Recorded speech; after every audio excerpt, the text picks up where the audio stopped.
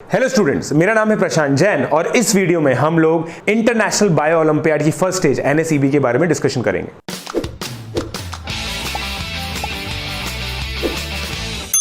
Welcome back.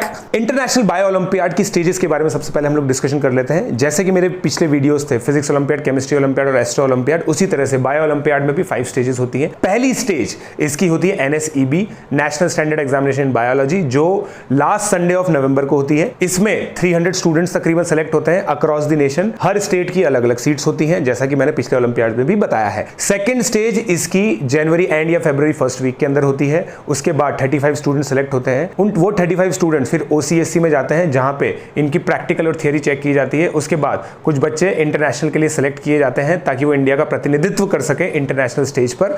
उनके जाने से जस्ट पहले 4th स्टेज होती है, जिसको PDT बोलते हैं, प्री डिपार्चर ट्रेनिंग कैंप। और 5th स्टेज फाइनली इसकी जुलाई मंथ में होती है हर साल। तकरीबन ये कुछ इसकी टाइमलाइन है। अब नेक्स्ट आइए जानते हैं इसके पेपर पैटर्न के बारे में। पेपर पैटर्न की अगर मैं डिस्कशन करूं तो इसके अंदर भी 80 क्वेश्चन होते हैं। हर एक क्वेश्चन के 3 मार्क होते हैं, नेगेटिव -1 है, और अगर बच्चा क्वेश्चन छोड़ देता है तो 0 मार्क्स है। अगर मैं सिलेबस की बात करूं तो 11th और 12th क्लास का ब्रॉडली सिलेबस आता है स्टेज 1 और स्टेज 2 में। स्टेज 3 के अंदर जो प्रैक्टिकल और थ्योरी होती है वो इंटरनेशनल बायोलॉजी ओलंपियाड के हिसाब से होती है। अगर मैं टाइमिंग की बात करूं तो 2 PM to 4 PM इसकी टेस्ट टाइमिंग होती है। इसका मतलब एस्ट्रोनॉमी ओलंपियाड और बायोलॉजी ओलंपियाड एक साथ नहीं दिया जा सकता है। ऑल्दो बायोलॉजी में कैलकुलेटर की रिक्वायरमेंट नहीं होती है, but still use of non programmable calculator is allowed. ये एग्जामिनेशन भी ऑफलाइन बेस्ड होता है, जिसका मतलब है ORS आप भर सकते हैं, और वो जो ORS आप भरेंगे उसको ब्लू पेन या फिर ब्लैक पेन से भरना होता है। अब हम लोग कुछ डिस्कशन 2018 के पेपर पैटर्न के बारे में कर लेते हैं। 2018 का जो पेपर था उसको हम लोग डिस्कस इसलिए कर रहे हैं ताकि जो बच्चे 2019 का पेपर देने वाले हैं उनको कुछ इंडिकेशन मिल जाए। जो 2018 का पेपर था उसमें एलिजिबिलिटी कुछ इस तरह से थी।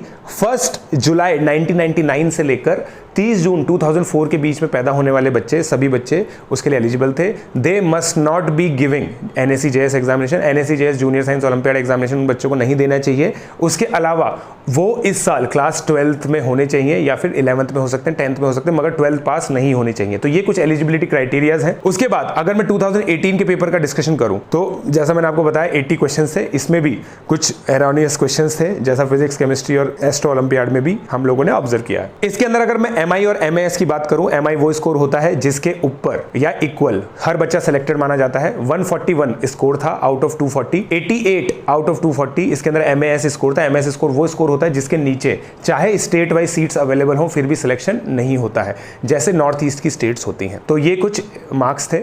अगर 2018 की मैं बात करूं तो तकरीबन 1374 बच्चों ने MAS की लिस्ट क्लियर की थी पिछले साल। तो मतलब 1374 स्टूडेंट्स के 88 या फिर उससे ज्यादा मार्क्स आए थे। जैसा कि मैंने आपको पहले भी बताया, इसमें तकरीबन NSEB के अंदर 300 सीट्स होती हैं। राजस्थान की 18 सीट्स हैं, यूपी की 51 के करीब सीट्स हैं। तो ये जो सीट्स हैं ये वेबसाइट पर अवेलेबल है IAPT की, वहां पे आप देख सकते हैं। राजस्थान जहां पे भी अवेयरनेस ज्यादा है, आंध्र प्रदेश, दिल्ली, वहां पे कट ऑफ NSEB की ज्यादा जाती है। इनफैक्ट बहुत सी जगह तो केवल MI ही कट ऑफ होती है, और वहां पे जितनी सीट्स होती है उससे ज्यादा सिलेक्शंस होते हैं। सो आई होप आपको ये वीडियो समझ में आया होगा। ये ओलंपियाड्स मैंने चारों ओलंपियाड्स के बारे में, साइंस ओलंपियाड्स के बारे में आपको इन्फॉर्मेशन अब दे दी है।